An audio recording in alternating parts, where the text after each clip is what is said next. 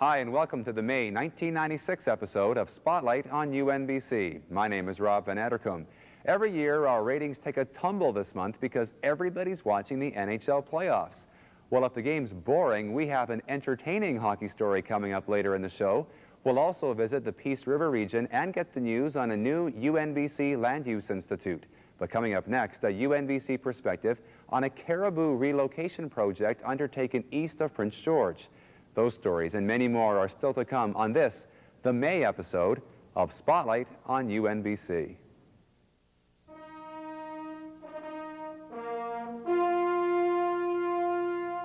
Men and women from throughout this region believed in the idea of a university of the North.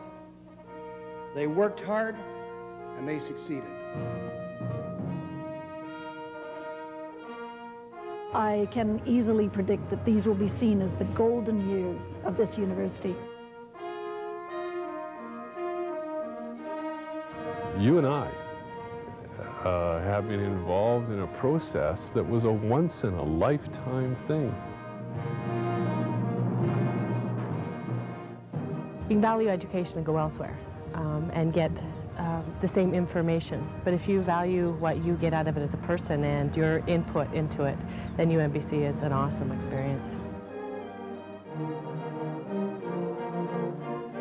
I take pride in opening the university, and I wish you all, in whatever capacity you serve the cause of learning, a bright and successful future.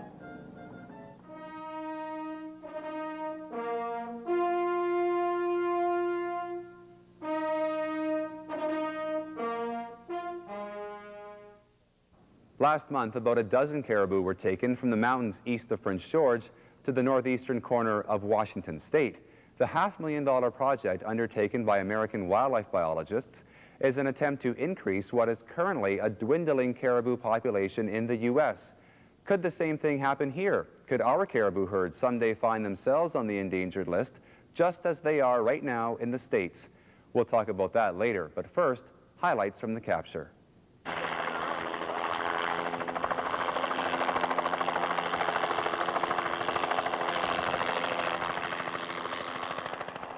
We're transplanting woodland caribou into the state of Washington to try and recover an endangered population of caribou down there. It's right along the Washington-Idaho border, right next to British Columbia. It's a very small population of around 50 animals right now, and we're trying to increase that by a transplant of about 60 animals over the next 3 years. So this trip up, we're getting 20 animals total, 8 from the Blue River area and 12 from here at Prince George. In the past, woodland caribou roamed much of mountainous Canada and the northern parts of the U.S. But due to a variety of factors like habitat destruction and overhunting, populations in the U.S. have become endangered. That's why close to a dozen American wildlife experts came north last month to supplement their caribou populations. You know that transplants work. They have worked in many different areas in North America and in Canada. You know, we've transplanted elk to the north shore of Williston Lake, for example, you know, which are doing very well. You know, we've transplanted kit foxes to the grasslands in southern Saskatchewan, you know, from the United States, actually. So, I mean, these transplants, they have a very good potential to work and maintain or reestablish populations of animals in areas where they've been locally extirpated for one reason or another. The actual capture of the caribou high in the mountains is a spectacular sight. Up here, it's still winter, with snow up to 8 feet deep in places. U.S. wildlife biologist John Almack explains the process. They get really close to the animal, right behind it and up above it, and shoot the net out over the animal. The animal gets tangled up in the net and falls to the ground. Then the second chopper comes in behind that one and lands and drops off 2 or 3 people that are called muggers. And the muggers go over and make sure that the animal's okay. They keep it on the ground so it can't hurt itself or anybody else. They take the net off of the animal and put a blindfold on the animal, put hobbles on its feet so that it can't kick around and hurt itself. They saw the antlers off if there are any this time of year. We've only got antlers on cows probably. and that's to make sure that, again, that they can't get broken off or hurt one of the crew. And then they put the animal in a bag, and it's called a sling bag, and that's kind of laced up the back so that the only thing that's showing is the animal's head.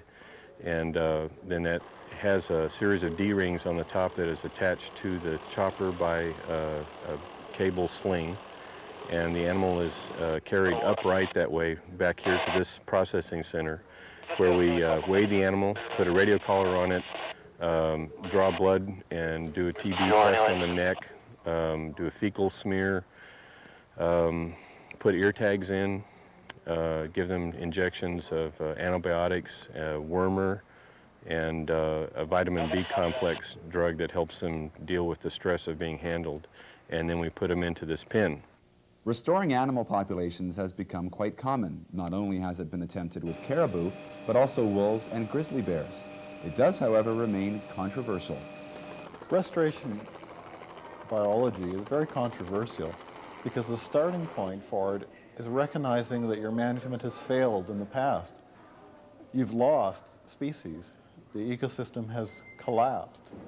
So if you can recognize that, you can then start to ask, well, how far can we rebuild it, or do we know enough to rebuild it? Darwin Coxon is a biology professor at UNBC. Much of his recent research has focused on protecting and enhancing caribou habitat. Whether this transplant will work or not really depends on whether we've taken care to address the problems that were there in the first place. If we've restored the habitat, then the transplant may succeed. If we've not, then we're just treating the symptoms. It's far more valuable, of course, to maintain the habitat in the first place. And that's the focus of much of the research at UNBC. We're looking at how we can take caribou habitat, grizzly bear habitat, other species, and maintain it or even enhance it through land management practices and find ways that we can minimize land use conflicts. Are there ways that we can have alternative forest harvesting that allows continued maintenance of habitat for caribou? So I'm hoping that we actually don't go down this road in BC, that we can maintain our habitat for wildlife and not have to ever consider transplanting animals in from somewhere else.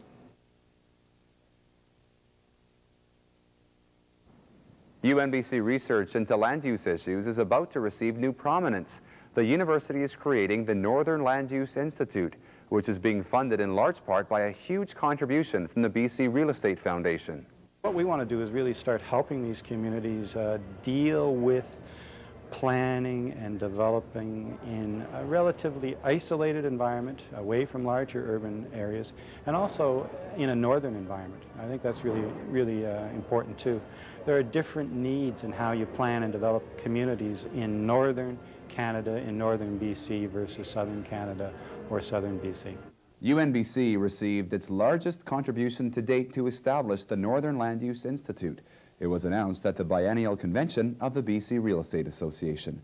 The foundation has decided to give a grant of $750,000 to the University of Northern British Columbia. We do not give any grants in which there are no significant multipliers and their partners. Those are essential conditions for the foundation participating in major initiatives. So Dr. Jago has promised the foundation that he is going to multiply this grant into a $2 million endowment in total, with matching funds from the university, the government, and the private sector. We're indeed very happy at this juncture to say that we are very happy to be partners with UNBC, partners with the Caribou Real Estate Association, partners with all of you. What I'd like to see happen is that we get involved in what is called action research at a community level.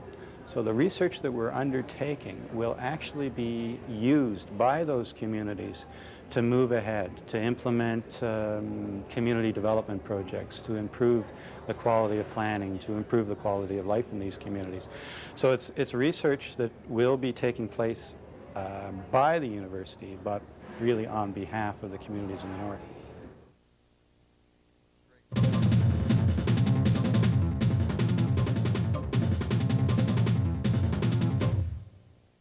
It was a good month for the UNBC North to the Future campaign. Besides the $750,000 contribution from the Real Estate Foundation, the Prince George Savings Credit Union committed $75,000. And there was a $250,000 contribution announced by Weldwood. We have an operation at 100 Mile. We have operations at Williams Lake. We have operations at Quesnel. We have operations at Burns Lake. We have operations at Houston. And so the proximity of this institution fits right in where a lot of our people work, and obviously where a lot of our people are going to look forward to an education. Simulations are a big part of the learning experience at UNBC as students put themselves in the shoes of the people and the issues they're studying.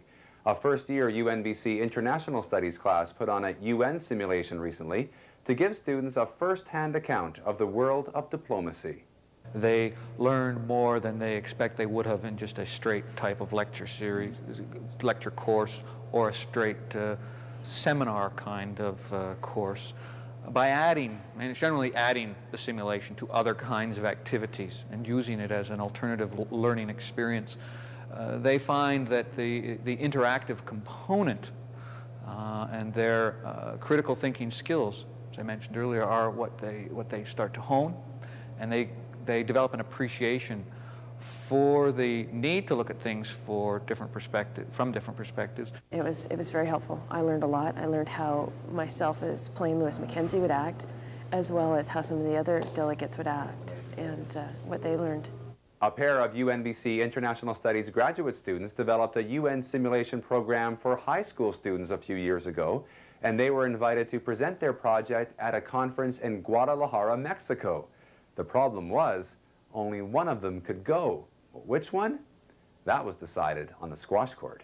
It was a regular Tuesday night. We'd get together with a bunch of friends to come down and play squash, and we set aside 15 minutes for each squash game between the group of us, and Garth and my time came up to play.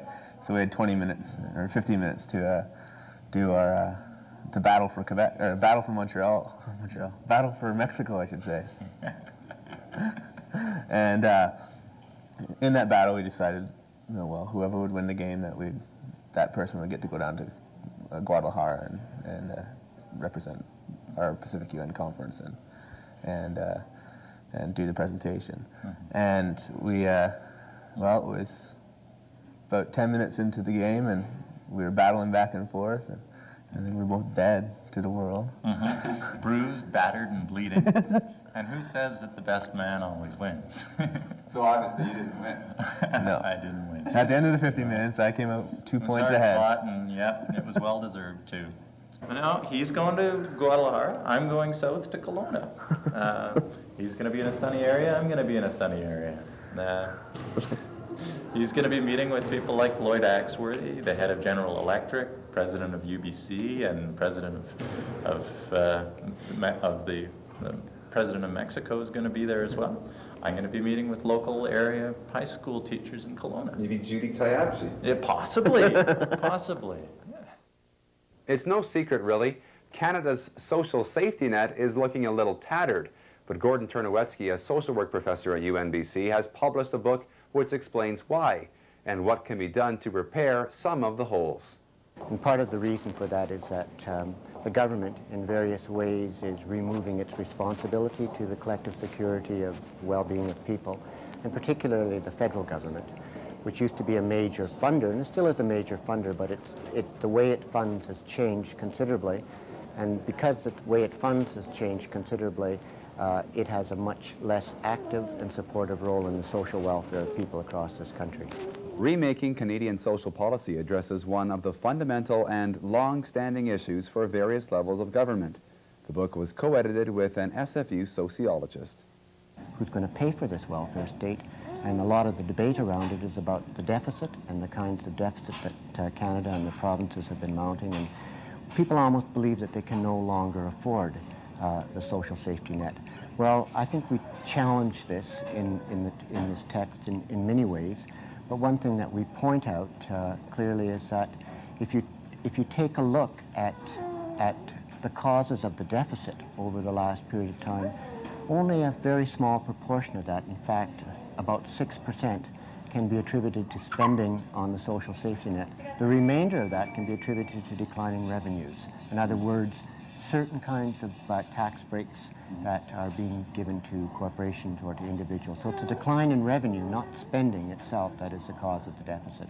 In most classes, students hand in their final papers.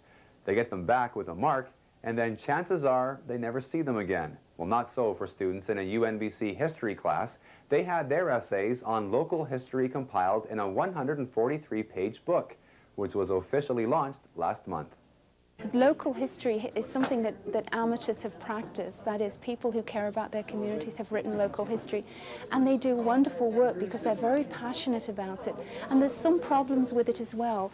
Local historians don't tend to look at the marginal groups in a community. They don't tend to tell the full story, the things that perhaps the community's not quite so proud of. You know, you hear the stories of the wedding day, for example, and nobody mentions Uncle Alfred who got drunk in the corner. That's as much a part of our history. So I think what the academic historians bring is that passion for accuracy and passion for fullness. That marginal groups should be included as well. So I think that what we're doing is we are tapping into a wellspring of local history that people in Prince George actually have been doing. I'm thinking, for example, of the Penny Book Committee. They produced that wonderful book on A Penny for Your Thoughts, and it's the local history of the Penny community. So we want to tap into that wellspring of knowledge that does exist locally, the oral histories, the more what is called amateur local history. And so I think we are together going to create the history of the North that hasn't been done. Yes, it was very different, and at times it was difficult to find enough sources because there hasn't been much written on this area. But it was also very exciting because a lot of us were the first ones to write on a topic, and so it's also very good for the history of Prince George to be kept going. It was really exciting because we really contributed to the history of Prince George, and there was a variety of topics from fur trapping, the PGX, schools, and a variety of topics in the area, so it was really good. For fellow student Gord Larson, his essay on the Atkins stage line became a personal discovery of his own family history. It was absolutely incredible, the stuff I learned about my grandpa. I never knew the man, and he was really, really neat. I wish I knew he was a real people person. Like, I knew he was liked, and I mean, he was beloved by all the people. But the things he did was just awesome. I was just in shock. I mean, he was an old man to me, and I never really knew anything about him, so it was really cool. Local history has a lot to offer national history. The history of communities, the history of regions is a part of the national history. Most Canadian history has been done at the national level, has been very political, very much about the economy.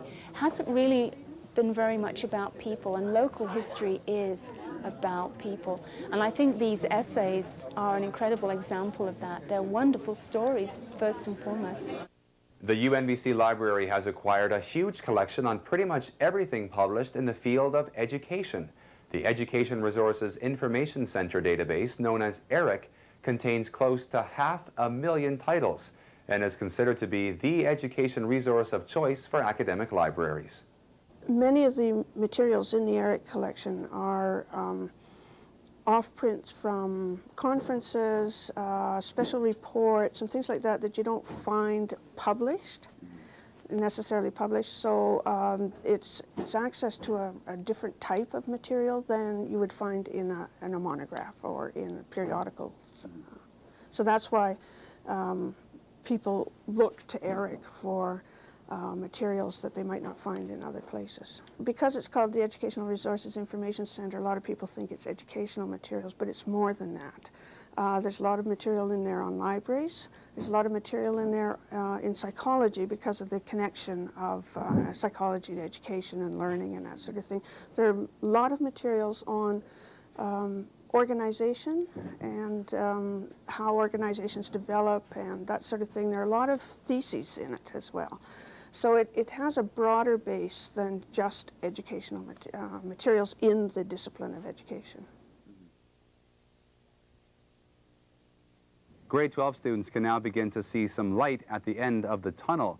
Thousands of them will soon close the chapter on their high school lives and start to think about doing something new. For many, that means going to college or university, but for others, it means entering the job market. High school students in the Peace River region of northeastern BC have been more likely in the past to not pursue their post-secondary education, with many opting instead for the job market. Thanks to a booming economy, it's a trend that continues today. It has long been suspected that participation rates in the North Peace have lagged behind other areas in BC, and new stats confirm this. In Prince George, 43% of high school grads go on to college or university. In Vancouver, it's more than 60%. But only 12% of North Peace high school grads go on to a BC college or university within a year of graduation. Part of the reason I'm doing the research I'm doing is to explore these exact questions, because we really don't know why our participation rate is reportedly where it is. We know that there's out-migration from the North Peace to Grand Prairie Regional College that isn't included in the reporting that has been done. No, it's not. So we know the 12% figure is wrong. It's a question of how wrong. But even if you double or triple the 12% participation rate, we're still well below provincial averages. And whether that is because culturally we're a people who have a can-do kind of attitude, we see opportunities and we take advantage of them. You know, it's difficult to fault people for making those sorts of choices. And certainly if I was a politician in Victoria and I had the choice between permitting recent high school graduates to get very gainful employment right away, or to keep them more or less on the taxpayers' payroll for 4 or 5 years of education, I'd be saying, hey, if job opportunities are there, let them go for it. At the same time, though, there has to be that realization that times are changing. And when you read almost any information from Human Resources Development Canada, they're talking about a new economy, the new job market. And in spite of our success in the North Peace with gas and oil sector, with lumber, mining, the reality is technology is coming north, and more graduates from our high schools will need to access more education than they are now and more training than they are now. We are living right now, we have the good fortune right now in this region to have one of the lowest unemployment rates in all of Canada. And that's because of that the oil and gas sector is very robust, it's very active, and it's very normal for a student, for a person leaving high school with grade 12 to be walking into a job in the patch for $50,000, $60,000 or $70,000 a year. There's probably 1 or 2 out of 153, I think, graduated last year that are probably in the patch. That's probably it. Tim Modishaw graduated from grade 12 last year. I'm guessing that at least half of my grad class went on to post-secondary. Even if you double or triple the 12% participation rate, we're still well below provincial averages. It's an issue, I guess, for a lot of people in terms of immediate gratification or delayed gratification. Right now, because of the economy, it's one where people right out of high school can be going into very well-paying jobs. But the issue is, how long will that last? And I think it's important to communicate to people in the high schools that the economy here is a cyclical one, and they need to have good education as a backup to buffer those resource cycles, and that should be our goal. You have to raise the interest of the students. They have to prove to them that it is going to be more beneficial than starting a job with $30,000 a year. That's not going to be easy, but if they really want the students, then they have to do it. There are only 3 reasons why you'd be watching this show right now. Either the game you're watching is boring, there is no game on right now, or you don't like hockey whatsoever. Well, this is May, the month when the NHL playoffs dominate the airwaves, and it's even made its way onto this program. But this is a story you're guaranteed to like whether you like hockey or not. A UNBC Economics professor has actually determined that month of birth influences future success in hockey. Despite the fact there are no Canadian teams left in the playoffs, we'd like to think that hockey is somehow our game, that a kid who plays hard can buck the odds and someday make it to the NHL. Well, that may depend on the month they were born. we would look at births over the year and see that they're distributed fairly equally over every month. You'd also believe that ability is equally distributed across every month. So why do we find 2.5 times more NHL players being born in January than in December? Why would you find 4 times more WHL or OHL players being born in the first 3 months of the year than in the last 3 months? So there's definitely something going on there. It's true, and the stats don't lie. Pavel Bure, Alexander Mogilny, Eric Lindros, Mark Messier, and yes, Wayne Gretzky were all born in the first 3 months of the year. So we admit the fact there are more players at elite levels who were born in the first few months of the year. Why? People who have tried to answer that question have looked to educational research, which has found a similar sort of effect, this relative age effect, which argues that if you group people quite tightly by their year of birth, then what you find is that some children are relatively older than the others. They're born a few months even earlier than other children, and it affects things such as their maturity, or maybe their motor coordination if you're looking at sports, or just more generally their size. Something about the differential in age when you're quite young sets you apart. But then what you're doing is you're then selecting those children who you think are somewhat better based on those traits and reinforcing it by training them more, by giving them more resources, by giving them even better training that this locks the system in. I've been a hockey fan for a long time. Not because, but this work doesn't strictly come about because of interest just in hockey. It's an interesting idea that helps us understand another set of issues, specifically the idea that if we're too selective too early on, we can unintentionally discriminate against certain people. I think it's a good example of this idea that's been floating around for a little while, this idea of systemic discrimination, that systems can exist that even very unintentionally end up favoring one group over another. And so we have to be quite careful in the way we design social systems. And that's where, at least from an academic or an economist point of view, I would take an interest in it. Our neighborhood street hockey players don't understand all that, but we'll give the last word to them, none of whom, by the way, were born in the first 3 months of the year.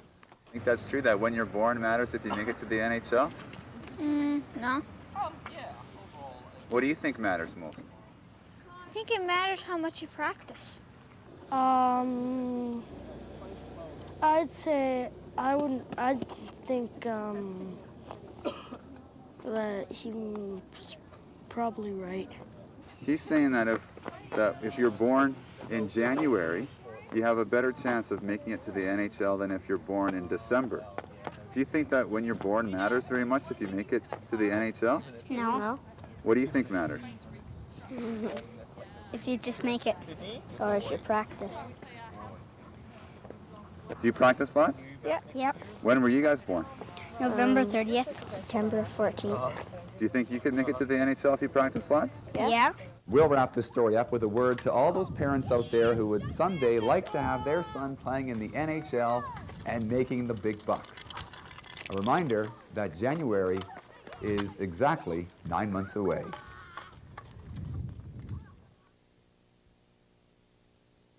Thanks for watching this episode of Spotlight on UNBC.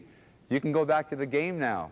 Highlights from Convocation will be coming up on the June episode of Spotlight on UNBC.